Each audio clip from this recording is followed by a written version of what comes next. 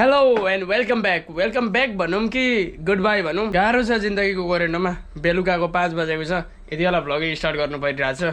Whole day अब एउटै routine हुन्छ, जहिले जहिले कति कुरा गर्नु होइन, त्यसरी कुरा नगरेको।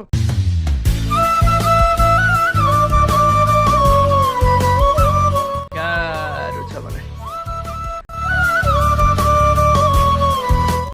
काम गर्न जानुपर्ने छ। म धान पिस्न भन्दै थिएँ, म हिजो अस्तिदेखि त्यो काम भइरहेको छैन भने ती माथि अर्को खप्टाएर आइपुगिरहेछ काम। कपडा फेरेको छुइनँ, आइपुगिसक्दा सुरु गर्दैछु म भ्लगिङ गर्न पनि।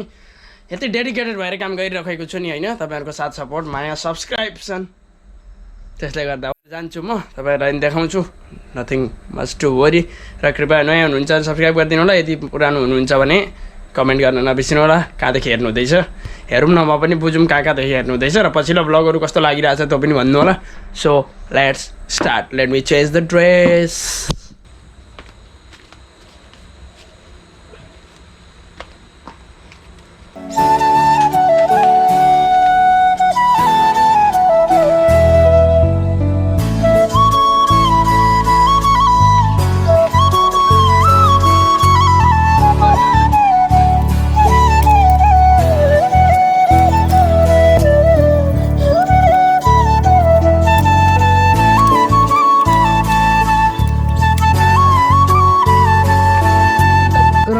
वेलकम ब्याक छ सबैजनालाई। अब चाहिँ म यहाँदेखि निक्लेको कसरी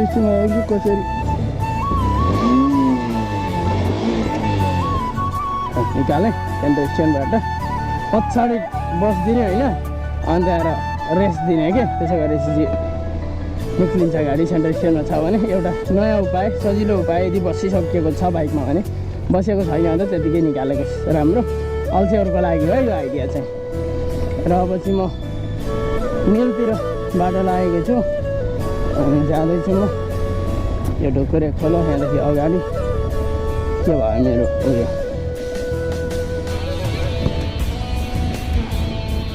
ब्याग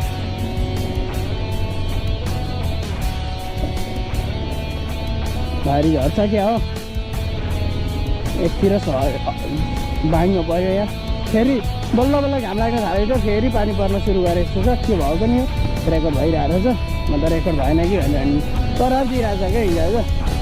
के हुन्छ घरिघरि। अनि मकै पिस्नु भनेर पऱ्यो भनेर लागिरहेको। बोका पालेको छ नि त दुईवटा खसी, दसैँको त यसो चट्ट चाहिहाल्यो। किन्न त महँगो परिहाल्छ। दसैँको लागि चाहिँ 4 महिना अगाडि प्लान गरेर चट्टसँग राखिएको छ। 25-30 किलोको दुईवटा खसी। यहाँबाट यस सक्सेस। मिल आइपुगिसक्यो, म यहीँनिर हो। ल मान्छेले पनि ल्याउनु भएर छ। अब हेरौँ कसको के छ। यो भए पनि टेन्सन छैन।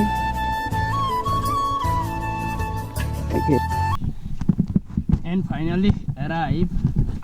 तपाईँको उसमा छ ल हेलमेट, केही मिनट निकाल्छु यहाँबाट पनि। सफारीमा राखिरहेको छु म। This is it. यहाँ थियो द्याट इज वाइ। ल यहाँबाट निक्लिन अब। अनि अब हेलमेट चाहिँ म यहाँ राख्छु। And this is rice mill. यो हो नि, के गरौँ खन्याम।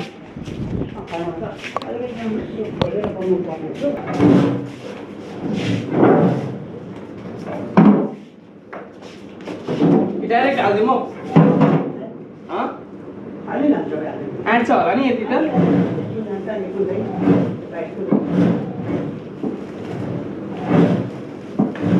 डाइरेक्ट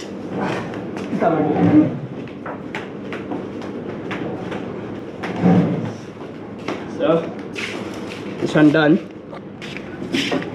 पावर सिस्टम यहाँ छ र अब चाहिँ रेडी हो। यहाँ छ गएर यही भएर हालेर लान्छु होइन।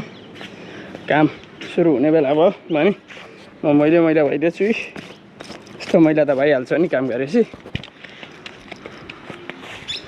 And sunset, you can see view of sunset.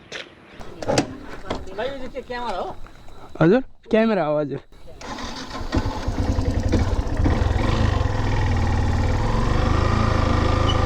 And finally done. पछाडि पनि हेर्दैछु म। बोरा झर्छ नि त फेरि। अनि अर्को एउटा कुरा म तपाईँहरू सबैजनालाई भन्न खोज्दै थिएँ, थ्याङ्क यू सो मच होइन। ऱ्यापिडली ग्रोथ भइरहेछ हाम्रो परिवार हिजोआज।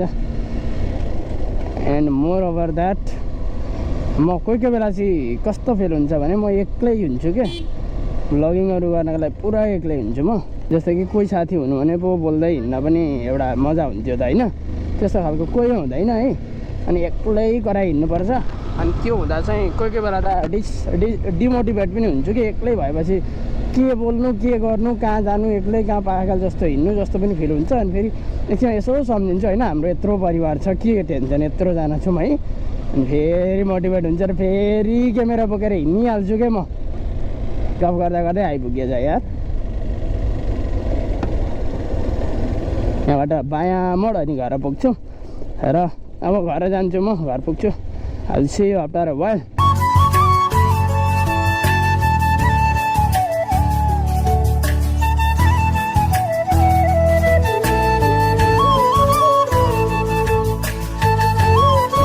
सायद म यसपछि फेरि धान लिएर जान्छु कि जस्तो चाहिँ लाग्दैछ, म जान पनि सक्छु। Anyway thank you so much for watching this video. Make sure to subscribe, like and share.